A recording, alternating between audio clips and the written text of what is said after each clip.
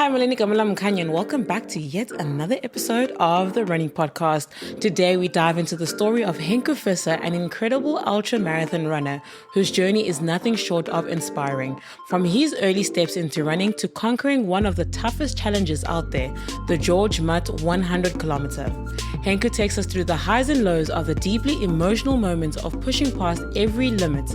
This is the story of grit, resilience, and the finish line 100 kilometers away. You want to hear yourself? Hold on. Hello, can you hear me? Yeah, I can. Sick, I can. Can you hear me? Can you hear yourself?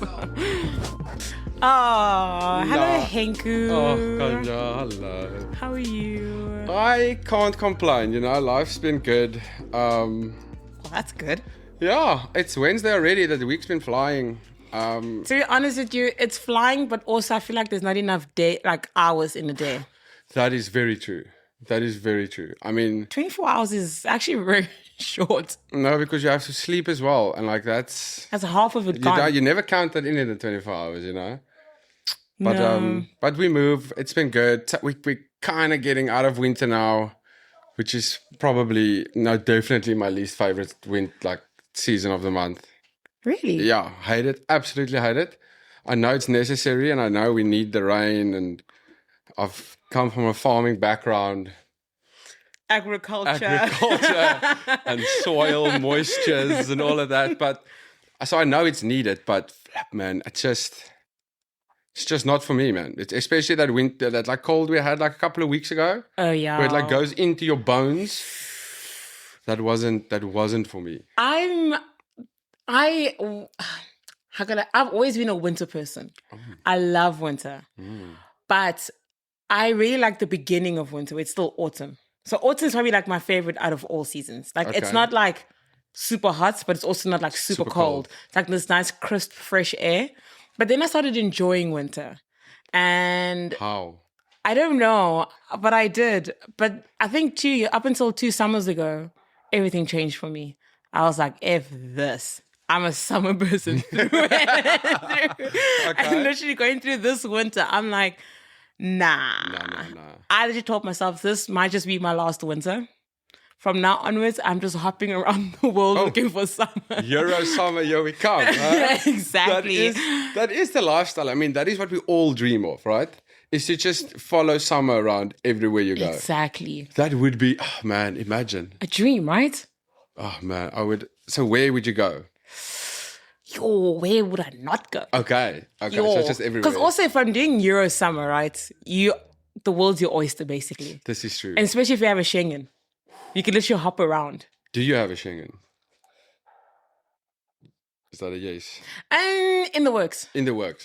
We're trying to get a longer one. Okay. Every time I get one, it's short. And I'm like, well, I'm not going to go back in the next 2 months again. But if I get a longer one, I'll probably hop around your typical Italy, France, Greece. Mallorca, But I would probably go to the places that people wouldn't really go to.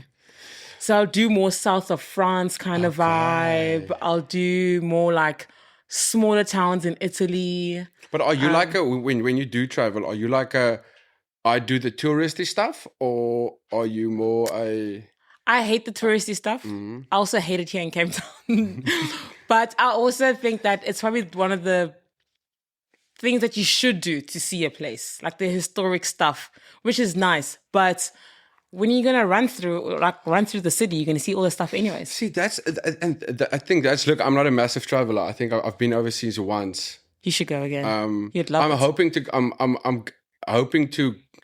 going to go to the UK in October for a wedding. Okay. Which I'm really. But October's gonna be miserable weather. That's the one thing. That's why we don't like the UK, because the weather is always horrible there. Always horrible, and I understand why all of them come down here. I get it. I mean, if we look at our British friends, Alex came here 5 years ago for 4 months, and he's still here. He's got a 5 dog. years later. Yeah, he's got a dog now. 5 years later. And I mean, Mortimer, who's actually the guys whose wedding I'm going to, he also came here for a couple of months to start a leg of the company that he works for, and he's planning on his fiance now. Once they get married, she's moving on down, and they're gonna stay. Yeah, I'm telling you, it's that vitamin D that makes everyone happy yeah, down here. yeah. They don't have any of that up there. No, you don't. And but what I wanted to get is what my plan with that is. And look, I'll be completely honest, and that's what I told them as well. I would never have gone to the UK, England specifically, for a holiday. And shoot me, but I don't give a fuck about the Big Ben. Ooh, it's not even that big. It's a clock, you know. It's cool, but like, it's not that great. So like, my whole reasoning for really pushing to go for this is Oh, that's too good. Walk through the London Bridge. Take a photo by the telephone booth. Yeah, I mean, there's a telephone booth in Upper tiki box. Florida. So I'll go take a photo there. Go to the tiki box around. So, but what's nice is going to be about this trip, and one of the reasons that I really look forward to it is the guy's wedding that I'm going to. He's from the UK. He was born there. He was raised there, from the countryside. They kind of, as I understand, like more like from the posher side. I don't know if like of it, like countryside. So like they're really like British. So I'm really excited to be able to experience the British culture from that perspective, and not just from a tourist. Because Gotcha. I told him I'll spend one day in London. That's all. The rest of the time, countryside. We're gonna stay in. It's where the in farm Bath. where Henco comes out. Yes, I want to go see what tractors they use, and all the John Deere's, yay! The different colorways of the John Deere. Let's go. They're all green. You're green. They're all green. You don't get it with the yellow wheels. Yes, you have to. So, and that I'm excited for. I'm excited to experience it in that way, and like go to the countryside pub where it's just a local woman sitting there, and they eating their mash and gravy and a pie or bangers and mash. There we go. Like I want to do that. Like we're gonna I'm staying with a mate, family in Bath, which is in a countryside town, which I'm really really excited for. And then I think the wedding at the end of the day is in Dorset, which is close to that. Geography has never been my thing, but it's close somewhere there. As a farmer, Henco, I'm very worried. What do you mean? My farm is farm. You farm there. My farm is farm. You put the corn there, and you put the maize there, and the sheep go there, and the cows over there. It's all in there. So I'm excited for like that's my kind of like that's how I would like to experience it. Same. I also wouldn't typically go to like the bigger cities. Like I've heard so much about Paris and London, but I think if I had to go to these places, like even last year when I went to Berlin, it was nice, but like I didn't go to those big touristy sites. I didn't get to see any of the East Side Gallery, the Wall, the what. But also some of those hot spots, we ran through it with the marathon. Yeah. So I was like, okay, great. Well, since we're going to run past it, what's the point of going to it? So then I did all the local stuff with the locals, which is even better. And I think when you get down with the locals, you see so much more and you experience so much more, which is great. And that's where that culture comes from. That's exactly. where the really like, I feel like when the one time I've gone overseas was with my family, I mean, many moons ago. I think that was like 10, 11 years ago.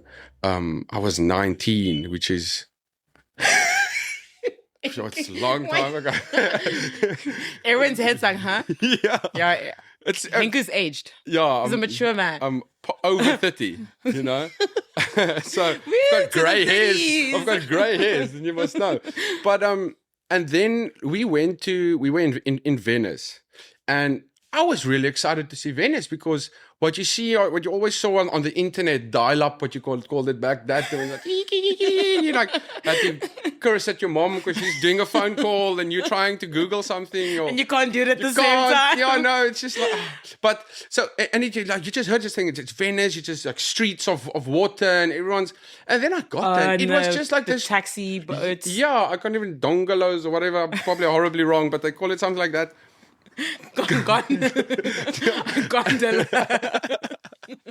and I'm going to be honest with you, I probably saw of the people that I saw there, 20% of them were actually locals. The rest was just tourists. Yeah, that's boring. And I just But didn't. that's what Cape Town's going to look like. Yes. And look, I think we sometimes lose appreciation for where we stay just because we stay here. Yeah. And once, look, this is already a massive tourist hub, and everyone comes down, and we see how summers look here. And like wintertime is probably, that's what maybe the one thing I do like about a Cape Town winter is the fact that everything slows down a bit. Yeah. Everything is not so busy. There's not tourist bus everywhere. Well, I and mean, it's I packed live and- in the city. I don't know about that. See, that's why I don't Winter live in the city. winter now is a lot more busy because all the people in the UAE side, they come here. here because it's too hot. So they come and cool down. Well, see, but that's also then why I don't stay in CBD, because it's just too loud, it's too busy, it's Too many people rackets. everywhere. Yeah, but like I said, I'm past 30, here we are, so like noise at night doesn't work for me. But you do though run in the city.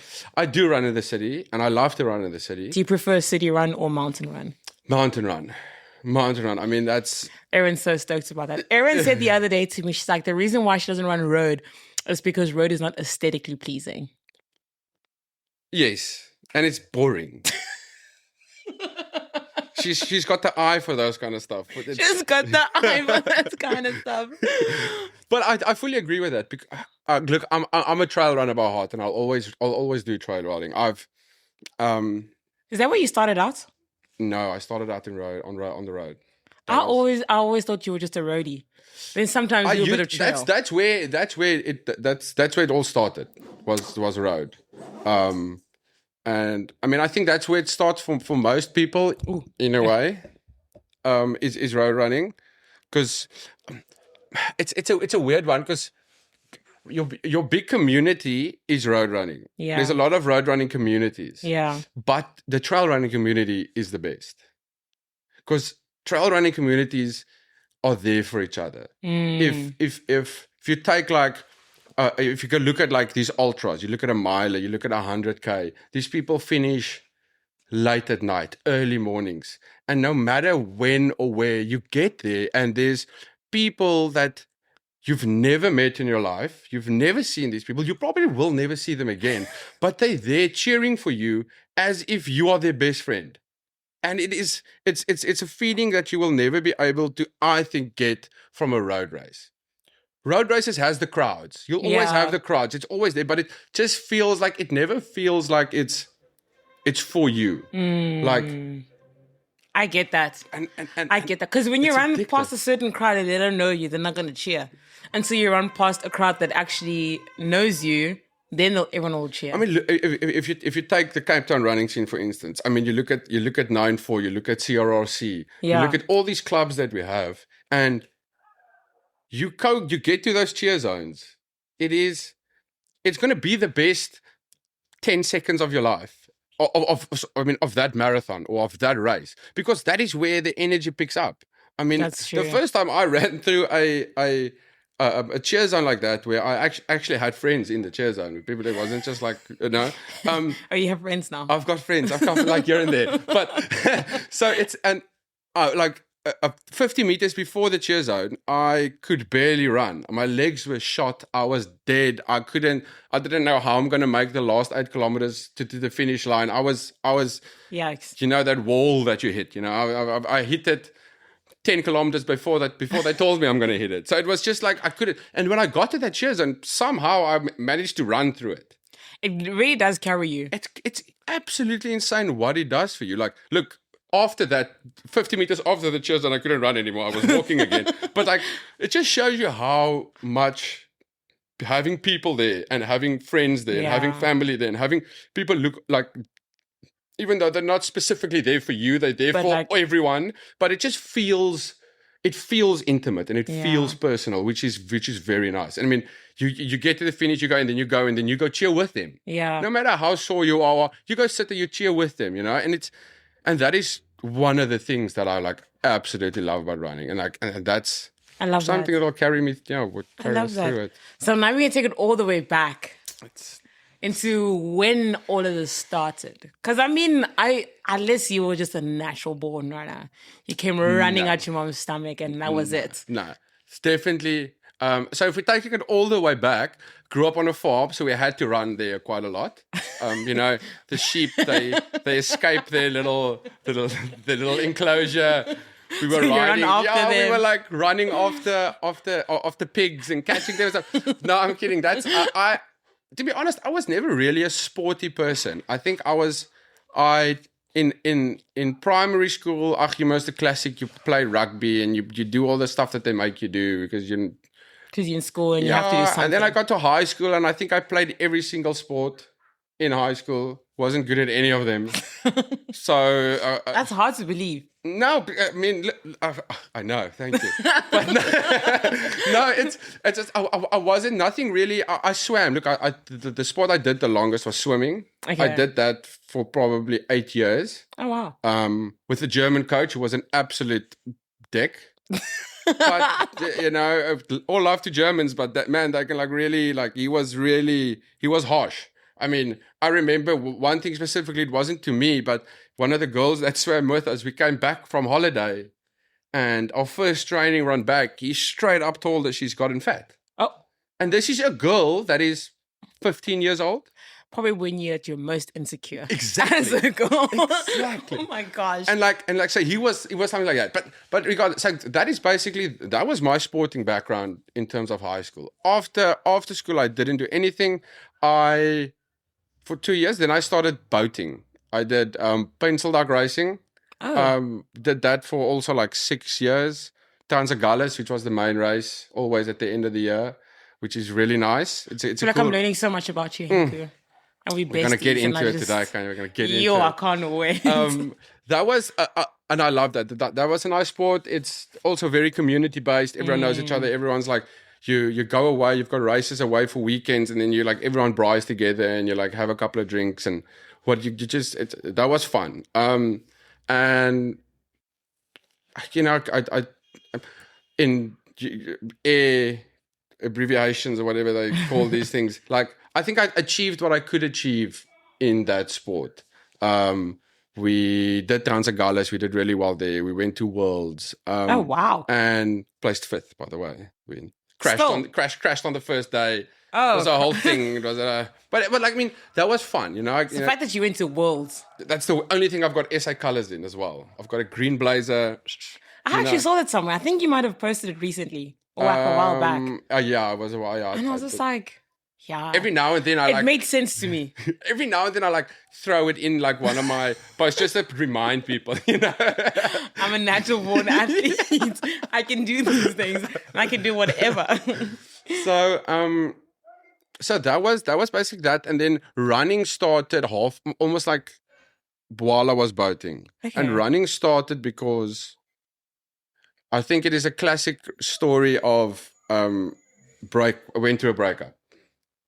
But there's a bit more to it. I think the breakup stemmed from like work was horrible. I was working for a company that was just not great, not a vibe. The boss was just one of those. You could like see him. He prioritized himself above the company, and he's like he just didn't treat anyone nicely. So eventually, I brought that home, and then things at home because I was staying with my ex back then, and then you know, and it's like there's the snowball effect, and things at home started just like not being a thing, and and then ended up not being in a good space.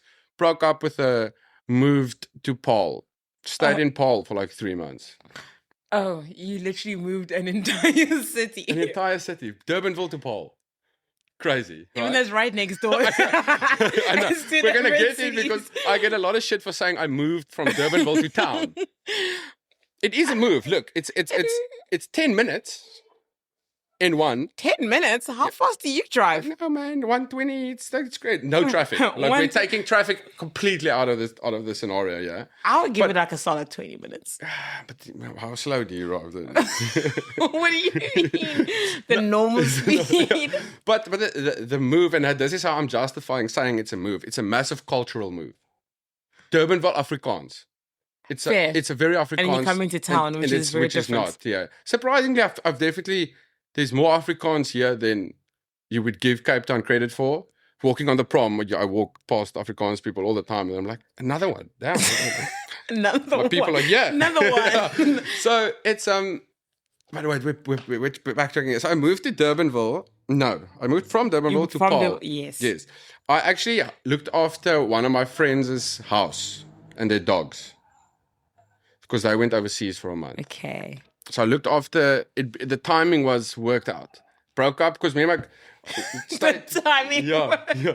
Maybe I subconsciously planned it that way, but my God. we're not going to get into that. So I moved from Durbanville, staying with my ex, went to Paul, looking after 2 dachshunds and the house. And that is where I was alone. And that was the first time that I've been alone we probably stayed together for a year.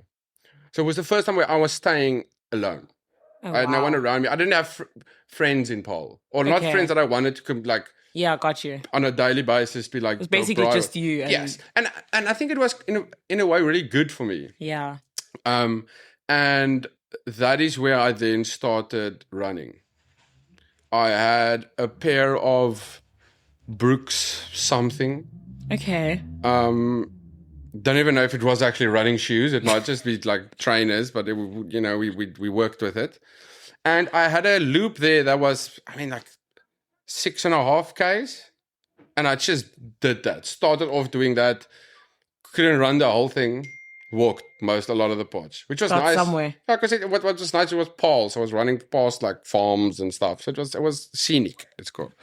And just literally did that every day up until I could run the whole thing. Oh, wow. And then I ended up staying in Paul for 3 months. They came back. Luckily, they've got a 3-bedroom house. So they came back and I'm like, guys. So what now? But no, in that time, I was going to move to town with one of my friends. We couldn't find a place. They said, look, it's fine. You can stay with us. Gijs is my best friend. So we stayed there. I stayed with him, and Carmay is his wife now. And she's one of my absolute homies. Like she used to be the person I always go to with all my stuff. All the girl stuff. Oh yeah, but kind of obviously it's difficult now because they stay in Paul, I stay in town. We don't like see each other that much anymore. But still, whenever we do see each other, it's like we never, regardless. Then moved to town.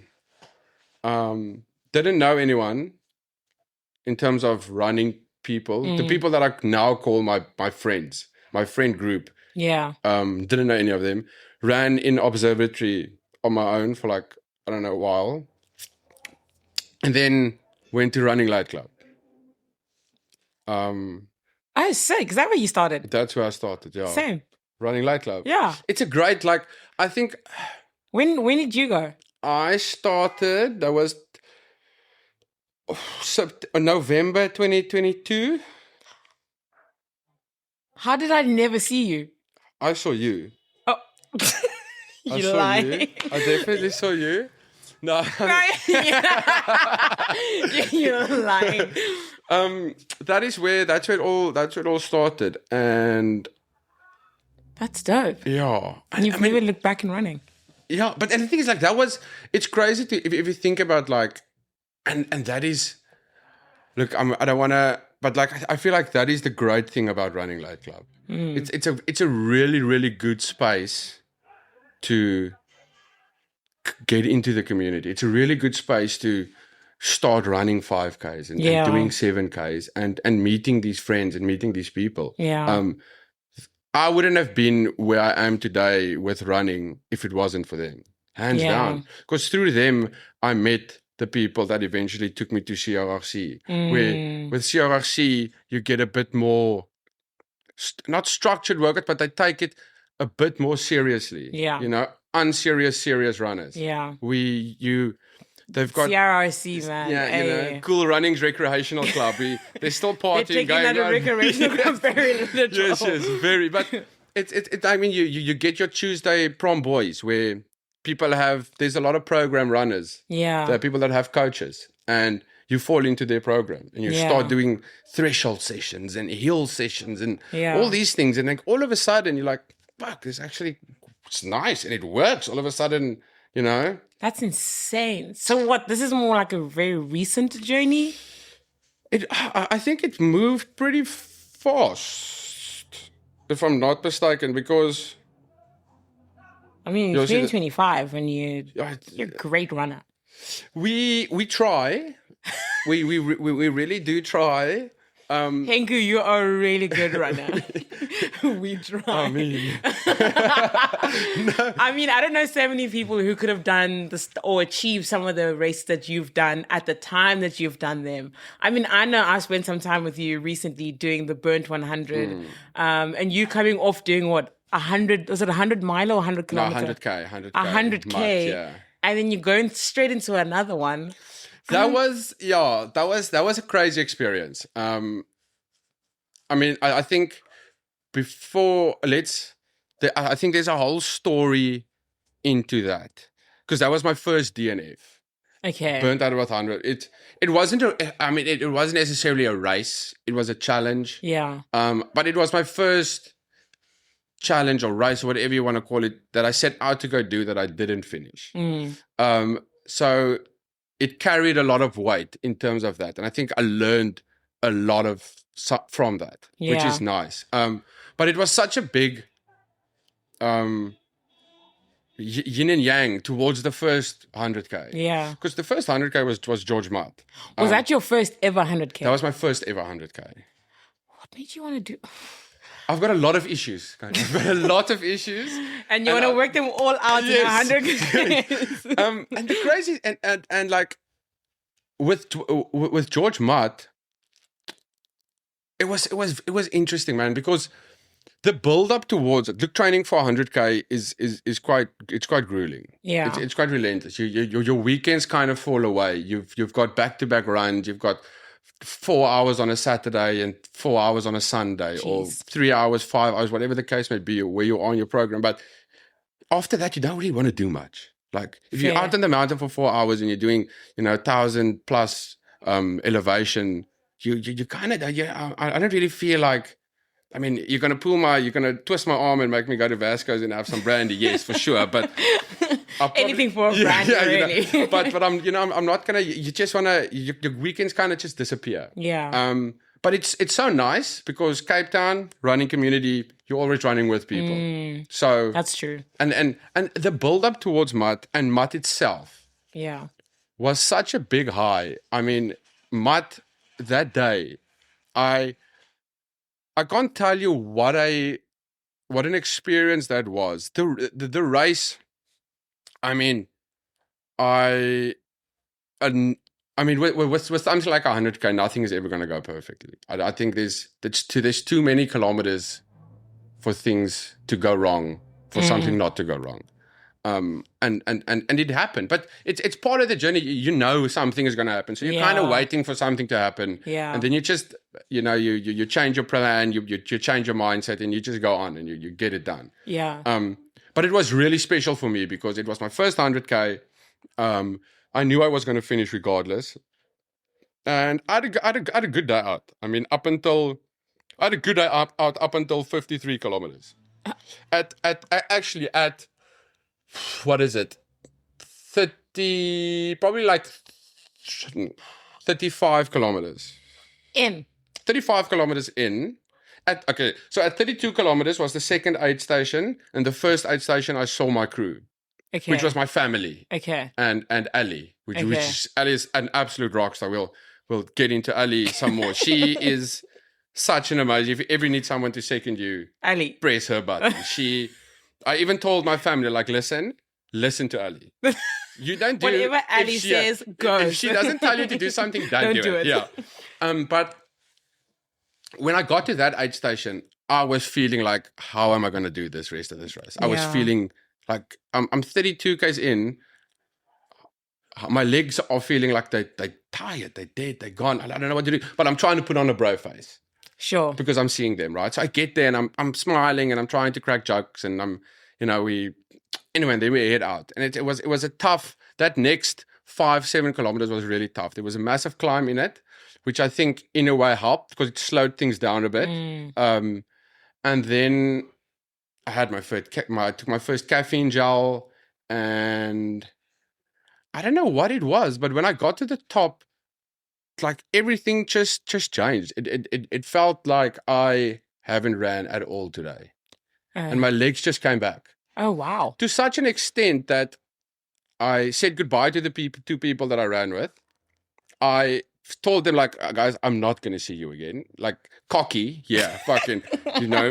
But I just told them, like, this is how I'm feeling right now, and I'm going to go. And I ran. And 3 kilometers later, I still felt so great. I started crying of joy, of like, how can I feel like this now? How can I be 35, 36, 37, whatever kilometers into a race after what I felt Just before that before. aid station? How can I feel like this now? It didn't make sense to me, but it felt so good. Yeah. Like, runner's high is a thing. And I think that was the highest I've been with running high. You know, That's crazy. it was mad, and I think I cried about that for like 3-4 times in that whole stint. You know, it was amazing. Like I couldn't understand it, but it was so great. Got to the aid station, saw the people there, told them how great I feel. Like, the tannies were laughing, they were enjoying it. I was laughing with them. We were cracking jokes. Like, I had some samis, and they had great food there, and the aid stations were great. And then not even that much. At kilometer 53, it changed again. The roller coaster went from high to down low. My right ITB started hurting, and it's daunting because it hurts. It wasn't a injury hurt. I think it was a lack of strength training, which I still haven't started doing. Even though I told myself for 48 kilometers that I am going to start doing strength training, I haven't started doing it. So do your strength training, kids. We still have a date to go to a CrossFit class. Yes, we do. It's okay. Going to happen. Yes. Okay, cool. Now that everyone knows. And my ITB started hurting, and I was running with this guy called Bruce. And Bruce is an absolute legend. He has won MUT. Oh, wow. He's 50 or something now. He's won it. He did it because he wanted to he just wanted to win his age category so that he can get an entry into UTMB, I think. And that was it. Oh, wow. But like, in an absolutely non-homosexual way, I want that guy's legs. Khanya, I ran behind him just to look at his legs. It was for a 50-year-old guy to have legs like that. His calves were as big as my flippin' my boerbene. And it was just like, and I was majestic. It was so, they were waxed. Alles, it was like a fucking thing. So, and I was running with him, and I spoke to him, and he gave me such like good advice as we were running. Like, I can't recite the advice he gave me. It must have been about strength training. But I told him I don't do strength. And I asked him, what does he do? And he just told me, no, he lives on a small holdings outside of like a wilderness. And he just works on his small holdings. I'm like, I should have never left the farm. The farm was it. I could have had great legs by now. Yeah. And so ran with him for a while. Ran with him actually to the aid station, to the next aid station. Nice. That is where I saw my family again, saw them, and I told them, guys, legs, ITB, I don't know what to do. They, like, bless their souls, try to be as motivating as they can. And but I was in quite a bad space just because knowing that I still have, 40 kilometers or whatever it was left to do sucked. But I said there's no way I'm not finishing this. That's not going to be an option. So continued running. Well, let's call it running, but it was more like a little walkings, jogging. Me and my poles were best friends. I was leaning on them. You're basically strapped to your hand. I think 90% of that race they were in my hands. And before that, I think I've ran with them like twice. But they saved my really race. Came into handy. They definitely saved my race because the running was hard because of the impact on the ITBs. Yeah. Hills I could do because you don't really, use your ITBs, I guess, because they weren't hurting on hills. So I was power hiking those hills like a motherfucker. Like they were going. But downhills was brutal because of the ITBs, and it really puts a lot of impact on that. So that sucked. That really, really sucked. Yeah. And at kilometer 83, my left ITB started hurting. Hey, So it was just like up and down. up and down, up and down. And I mean, I'll get to, and I don't, if we're looking at times of the race. But anyway, okay, so let's just continue with this. So we get this, after that ice station when I saw my family, you get this incredibly long, which is basically 10 kilometers of climbing. Oh my It's a gradual goodness. climb for like fucking 10 kilometers. It's probably not 10 kilometers, but it's Feels definitely, like it. yes, but it's definitely like, it's long. It's like 8 kilometers plus of just like climbing. And it never stops. You get to the top, then you think you're at the top, then they take you down this drop that I swear you go down 300 meters in 20 meters. It's insane what to make you go down. Then you get to the bottom, then you need to climb up. You're pulling yourself up the mountain Oh my at days. kilometer 83, 84, whatever. And you're already dead, basically. The people, thank God I got this in sunlight. The people that had to get there in the dark, like, bless their souls. I've got respect for you if you got through that in the dark, because I barely got through it in the light. And so I get to the top, and then you get back to Tierkop. Now, Tierkop was the aid station I got to where I felt incredibly good. That's why I made the jokes with the tannies, and I told them I So do you circle back to... Yeah, Okay. so it's basically the 60-kilometer route is the same, but you get to that, and then you do like a 40-kilometer loop back to that point. Got you. And then when I got there, the ladies remembered me. They, how are you feeling? I was like, the complete opposite of what I felt. Complete opposite.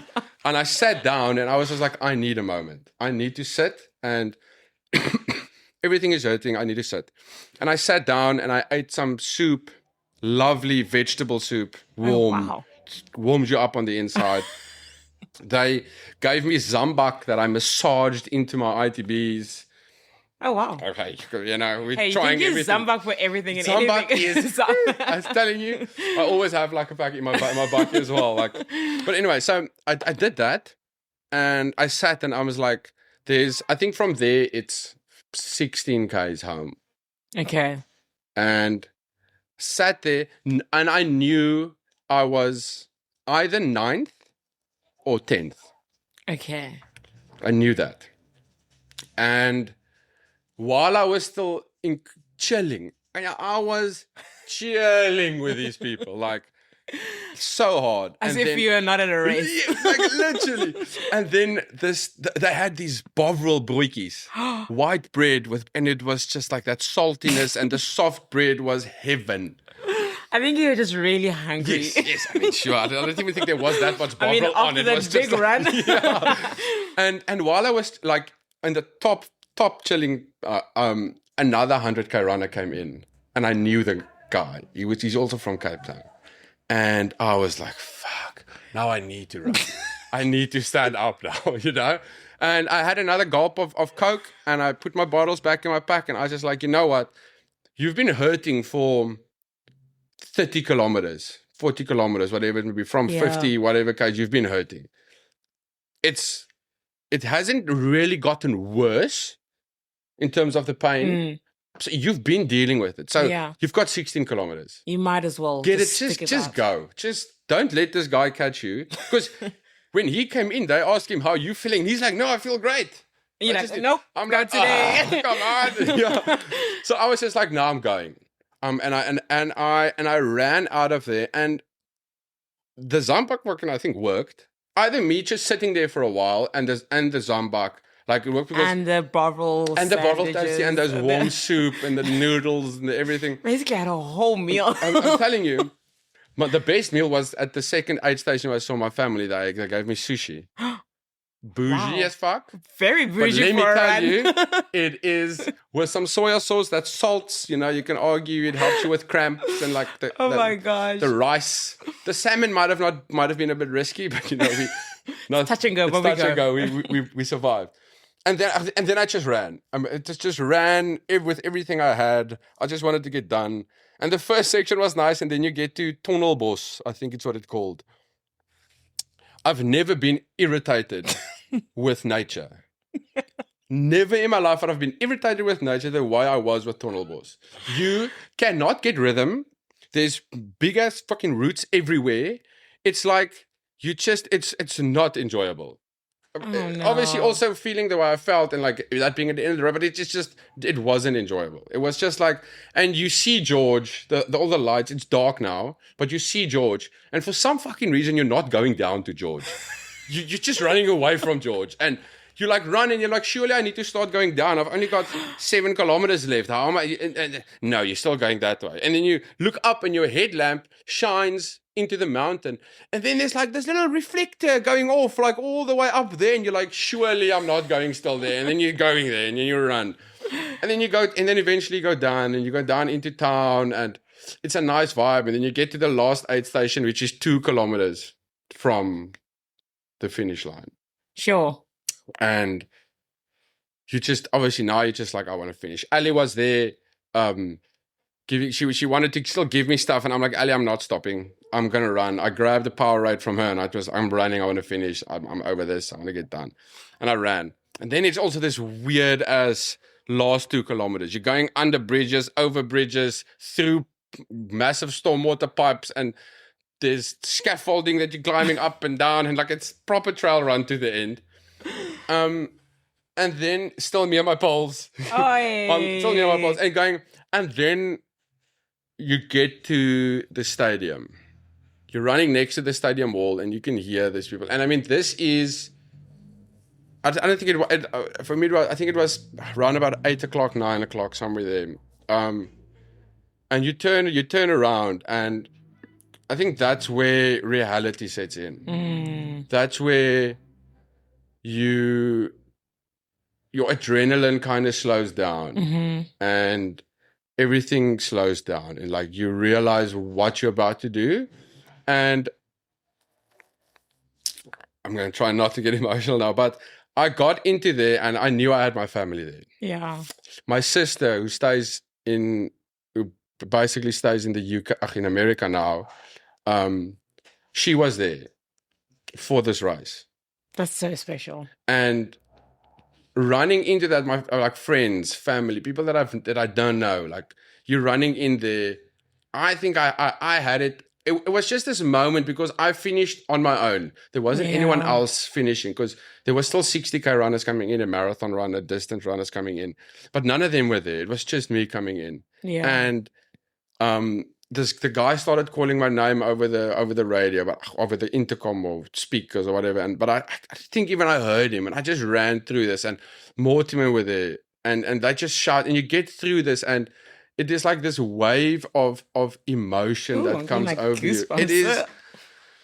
I mean, seeing my family there, my mom, my dad, they, it's. I saw them, gave my dad a hug. He started crying, I started crying. And then I turned around, and this was the moment for me, is when I turned around, my sister somehow, she has a magical way with her words. She somehow convinced the organizer people that she can come into the pen and that she can give me my medal as I finish. And that was just because having her there, I see her once a year. So having her there for special. That and giving the medal to me on the first 100K, like after such a grueling race, it was like, I placed 9th. I didn't even care. I like it didn't matter to me where I came. Just having all of those people there for that moment was what it was all about. I love that. And it was something that I'll take with me forever. I still have my 100K wristband that I have with me. I thought you still had it on your wrist. No, it's gone now. No, I have it with me in my bakkie, and it'll stay there forever because that's something that I never want to lose that moment. Yeah. So with all of this, the training and the day, it was such a massive high. Yeah. That after accomplishing this or whatever you want to say, I fell into an incredibly big, like, rut with training. Because nothing gave you that endorphins again. Nothing felt like it's hitting you the way it should hit you. Yeah. So it was really difficult to get back into training, even knowing that I've got another 100K coming up. Yeah. What was it, 4 weeks after or 5 weeks after? I couldn't get myself to train, even though I knew I had to. You can't just take off and then go run again, But it was so difficult. Excuses were so easy to give into. Yeah. Sleep in. But I think that's usually like a normal thing, especially after a big race like that. Because I remember after my first marathon, I was like, I'm done. I'm good. I don't want to run again. Like, sharp, this is it. And you don't run for like a period of time, but then, and it's also one of the things where you have to keep going. Because if you stop, the chances of you getting back it's slim. Yeah. And you kind of have to push through that wall because it's literally a wall that you hit once you're done. And it's just like, flip, how do I get back into that? How do I find my rhythm again back into running? Because then you do lose consistency when you immediately stop after that. Oh, 100%. And like I said, then excuses become so easy to give into. Yeah. And I think that is where, for me, it was so important having people behind me that are also runners and people that I can call friends. Yeah. Because if it wasn't for them, it would have taken me much longer to get back into running, to get back into the training. And that's the nice thing about our community is that they are very encouraging. Very. But it's also nice to know that a lot of these big, like, I don't know what to call them, like, not big shots or big pillars, but like I don't know what I don't know what to call them, but Mikey and them and all this, a lot of them come from like the trail side and moving over into road. So they also know what it looks like on both ends. And to be able to help someone pull them out of that rut to get back into training after a long race like that. I mean, he's done 100-miler and I'm pretty sure he's hit the same block as well. And the difficulty of having to get back into training as well. So it's always so nice to have people like that who've been through that, who know how to get out of it and encourage the next person to get out of it. I mean, and I mean, you brought up Mikey now. He's someone that I call a friend. A really, really good friend. He's made me dinner. Well, I mean, make me dinner is a very loose way. He tried to make me dinner and then that failed and then he ordered us dinner. But the idea was there that he made me dinner, right? But Mikey, for instance, and there's a lot of other people like that. And like everyone probably has that person in their life. And I'm pretty sure he's that person for a lot of people because a lot of people look up to him. But he is someone that you can go to and ask, and he will share the knowledge that he has gained from his years of running with you with an absolute smile on his face. Yeah. And you need people like that in your life. I don't have a coach. I coach myself. But I've had Mikey as my mentor since I started running with him. And he's like, I used to just wanted to run with Mike. I just wanted to like stay with him on his sessions. I started joining him on his like speed sessions, and he's like, and I just wanted to like, can I stay with him? Can I keep up with him? Can I keep up with him? Now he tries to keep up with me, but let's. I love that. But he's gonna say he's injured and no, I'm kidding. But like, it's and you need like. And if it wasn't for having him in a position like that, I wouldn't have been where I am with running right now. Yeah. For sure. You like, and that is where I respect people that run on their own and do their own thing the whole time. I respect them. It's something I won't be able to do. I've recently started doing like longer runs and going to the mountains and stuff like that on my own, me and my music. Yeah. I think that's probably just part of me growing up. Yeah. And, maybe wanting to like deal with some stuff. Because crazy enough, on that 100K race that took me over 14 hours, I had a whole list of stuff that I wanted to deal with. I didn't deal with one of them. Not one of them I dealt with.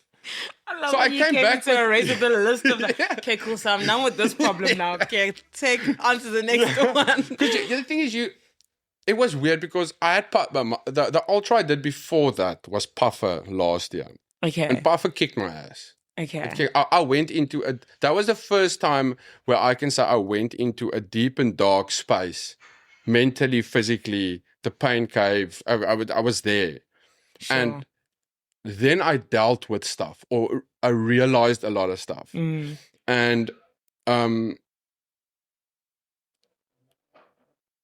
it.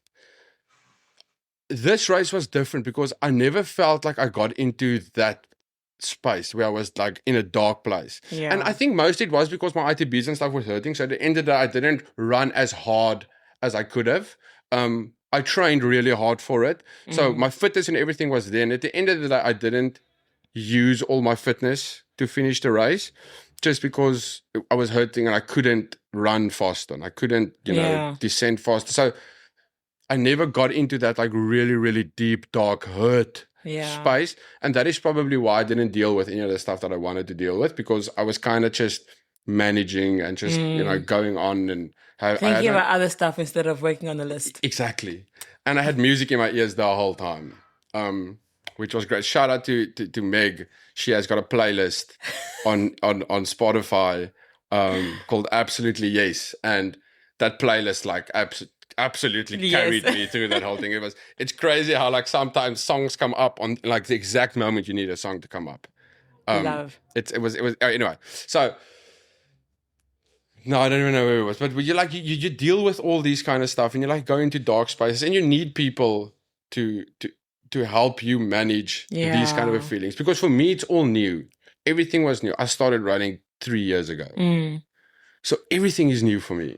But that's just so crazy. Like even listening to like your first 100K and just actually taking it all the way back to like how you started with running. Actually, not even with running late, with running the loop at your friend's place in Paul, and then moving from that into running like a regular 5K with running late, into then a couple years later going into like your first ever 100K. Like that's a massive like improvement. Well, I don't know if it's improvement, but like it's big steps that you've taken to be able to get there. And that's actually, it's really cool.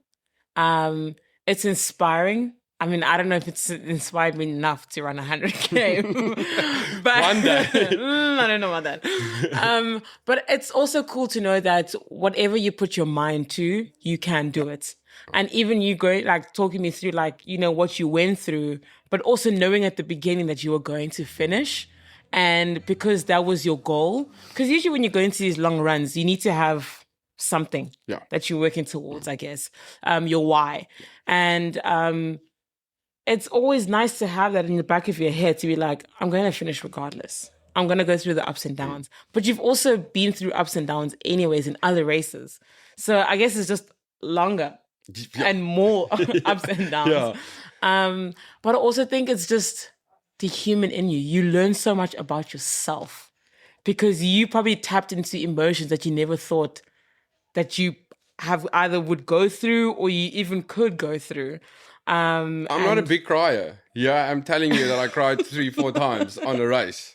Well, you are a crier. Now you know. I'm now you know that about So, now you know that about yourself, which is really cool. It is great. And I think that is because you work hard. Yeah. You kind of you come into this state where running becomes normal to you. So like if you let's take this, like you're running, but you're not focusing on running because you know how to run. Yeah. So you're kind of thinking about other stuff. You're working on your internal all of a sudden.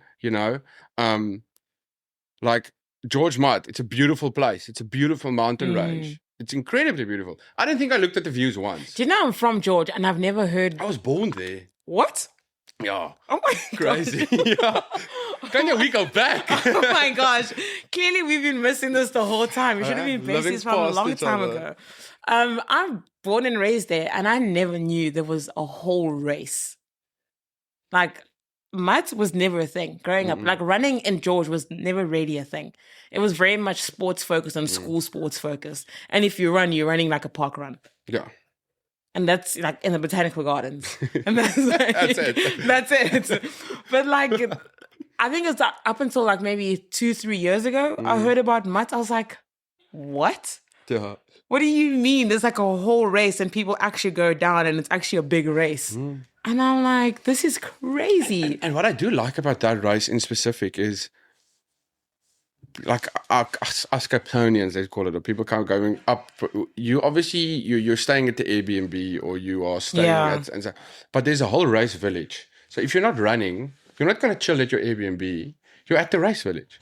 So everyone's constantly at the race village, which is nice because it's community once again, and you meet people. You get to.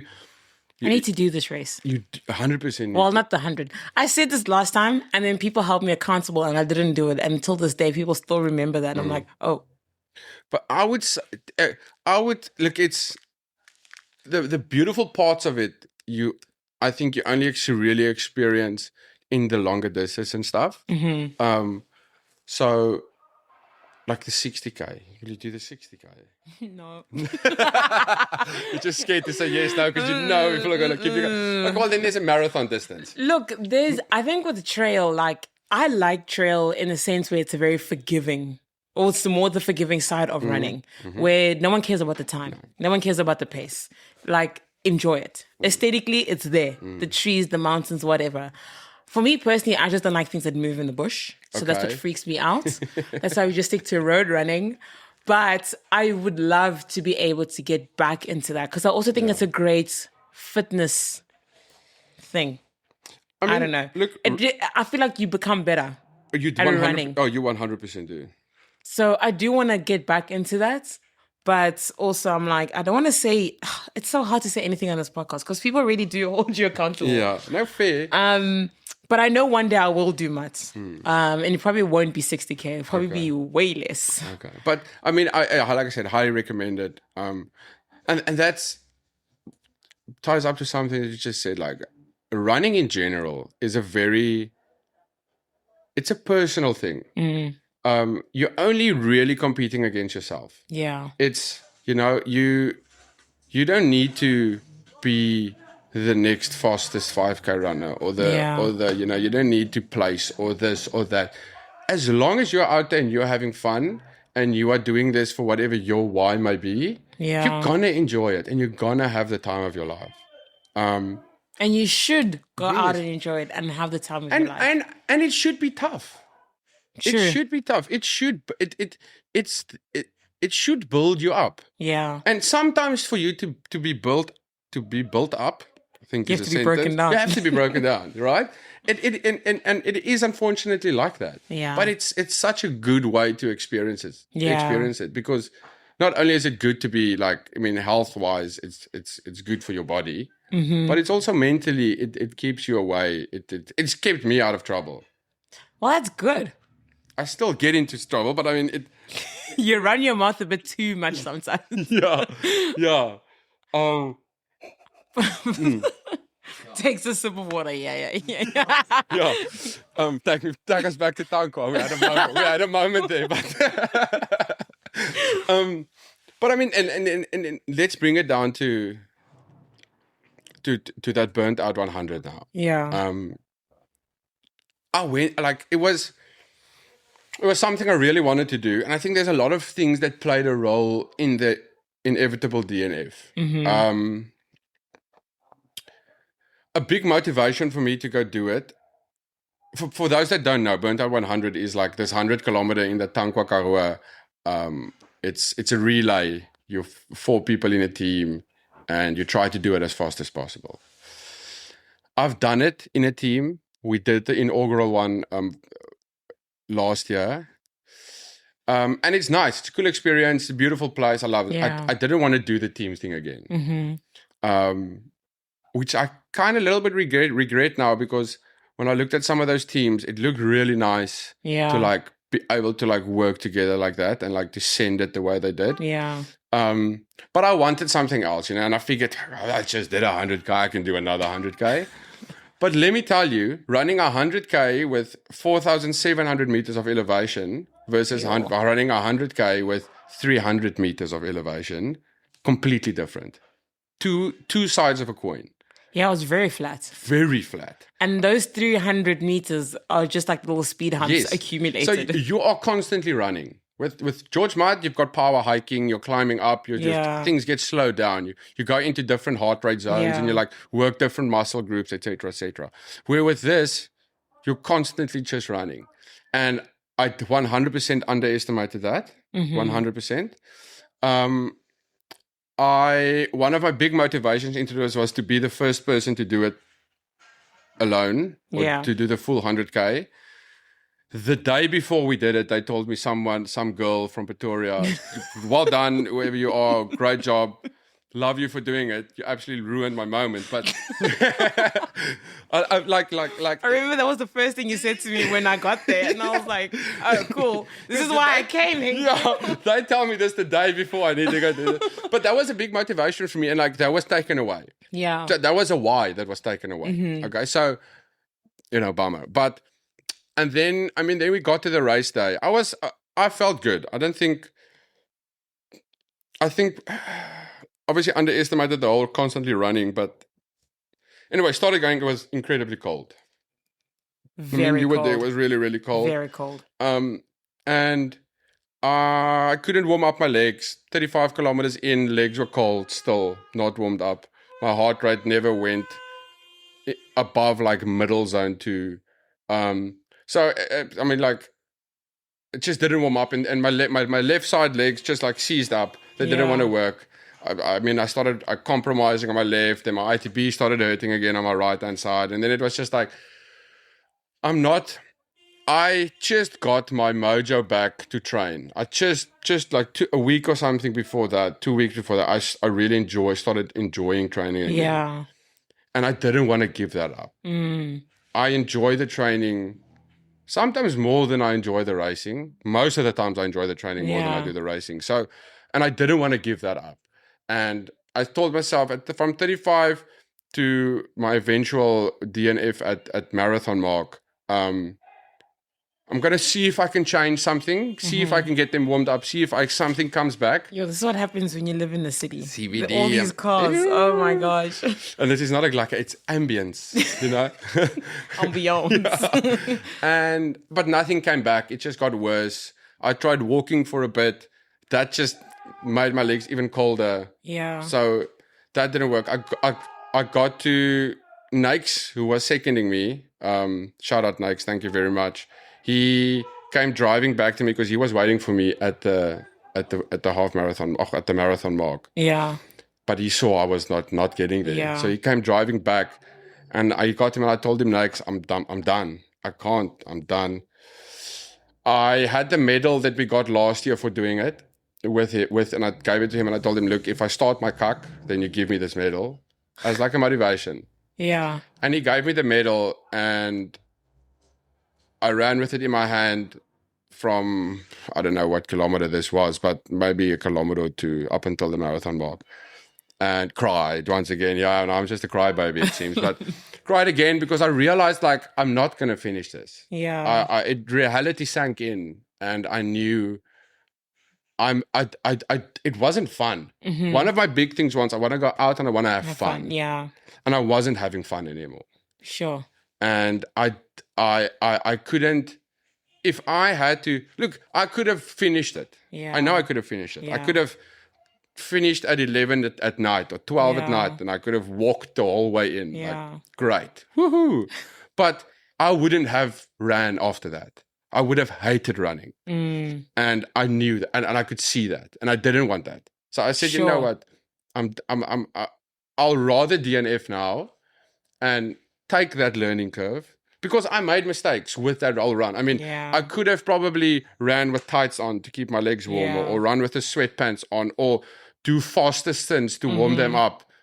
Thinking about it afterwards now, for some reason I didn't think about it then. But so I made my mistakes, and I said, you know what, fuck it, I'm going to learn from this, and take it into the next one, and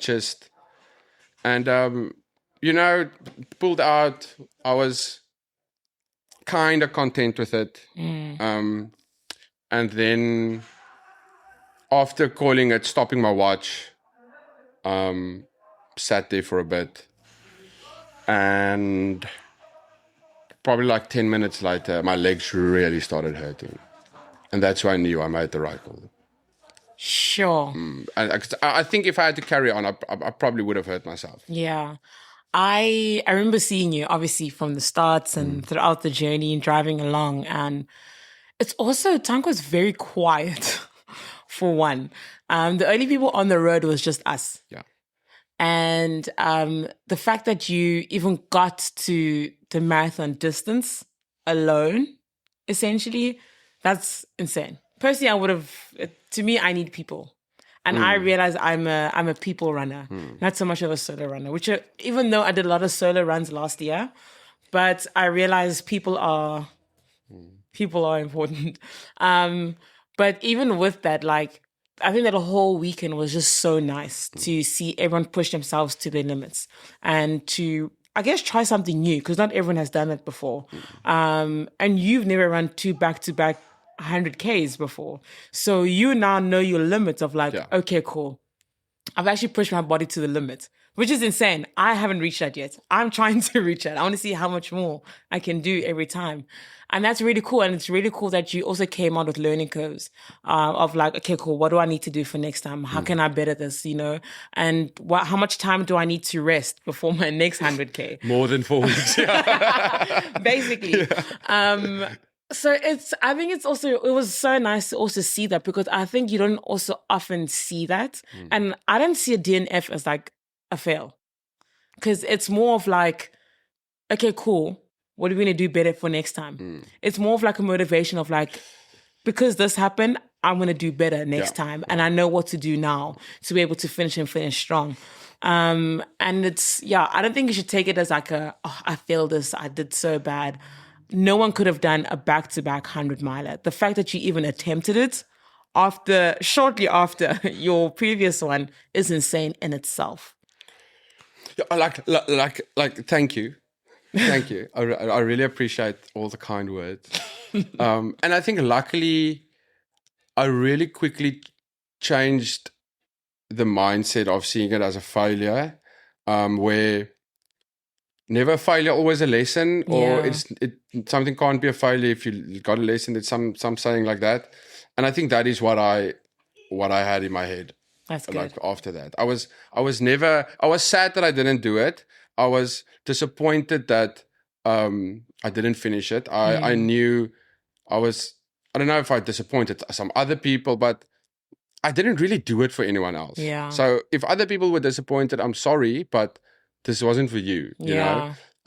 And luckily I was able to have a good mindset switch in terms of that failure. That's good. That's good. I love that. Are you running the marathon this year? I'm not. Oh. It's unfortunately it's in the time I'm going to the UK. Okay. For the wedding. Yeah. Oh, it's okay. Yeah. Next up I've got Puffer. When's that? 30th of August. Okay. So end of this month. Okay. I'm going back for revenge because that's the one that kicked my ass last year. Beautiful. So I'm going back for revenge with that. Any other exciting ones? UTCT at the end of the year. Yeah. Okay. I haven't entered. And the only 2 races that are left is the 100K and the 100 milers. I think I love a challenge, but I think jumping to the 100 miler is a bit quick. Okay. So I'll probably do the 100K. Perfect. Which I'm excited about. I'll be there. Let's go. I'll be there to come and watch. Let's go. But this is so awesome. Oh, I loved it. I love this. I feel like I learned so much about you. And I really thought that weekend in the Tanko we were going to learn so much about each other. But no, apparently there's more to you. Another layer has been peeled off. Yeah. You're like an onion. I just keep peeling there's off a layers. lot more. We can still dive deep into a lot of stuff. No, because I have a track session. Yeah. I need to That's get what I wanted to. to say. Yeah. We're not going to do that now. No. But Part we can have a part 2 and then we can go into some deeper things. Love that. And probably by then you would have done maybe 100 miler. Who knows? Maybe. Ooh, let's see. Thank you so much for being on the running podcast. Thanks for having me. I've been patiently waiting for this moment. I know we were supposed to have this in the Tankwa, and I know you gave me crap about it. It would have been the perfect setup, in the Tankwa. Right after the DNF. Right after the DNF, on the back of your bakkie, setting the scene. Yeah. It would have been amazing. But you know what? This was even more amazing because I think now you've also learned all the things that you needed to learn and you've sat with it and now you're in a better space and ready for more. So even better. But what's next for you? Marathons. Some international ones? I'm not going to say yet. Okay. But I'll tell you I'm doing Cape Town Marathon. Okay. Cape Town Marathon is definitely happening. So I'm very excited about that. And then I think next year I want to actually fill up my race calendar. I think in the last 2 years I haven't filled up my race calendar. 3 years ago I did a lot. But I think I'm ready to get back into it. Because I remember after my first marathon, I didn't really want to get into running again. And I think the only races I did last year was Berlin and Cape Town. Okay. And this year is almost going to be the same. But next year, I want to get back into the shorter races, APSA, women's race, and all those stuff. So after the first marathon you did, where you said you're never going to do a marathon again, and you've done how many? And I did Power of running. And I did them back to back, which is crazy. You hate to love it. It's like it's a love-hate relationship. But I also knew, the thing is, once you've done something that hard, you're like, I want to do it again. It's literally runners high. And I'm glad it caught me, and I'm glad I'm doing it again and again and again. So I'm going in for my 4th and 5th marathon. Oh, nice. Yeah, so very excited for that. And then next year we'll see what happens. Some trail running. We'll get you there. If I have to come do a CrossFit session with you, then you have to come trail running with me. You're gonna leave me behind in the mountain. No. Oh my gosh. We're gonna have fun out there. Okay, cool. We can shake on deal? it. Yeah. That's fantastic. Cool. Thank you for inviting me into your home and onto the podcast. It's been fun. Of course. We anytime. I don't have brandy, but next time you come. Next time. Yeah. Because I'm not going to do the gin. I'm sorry. You really want to make me cry on the podcast. We got a few tears out of you.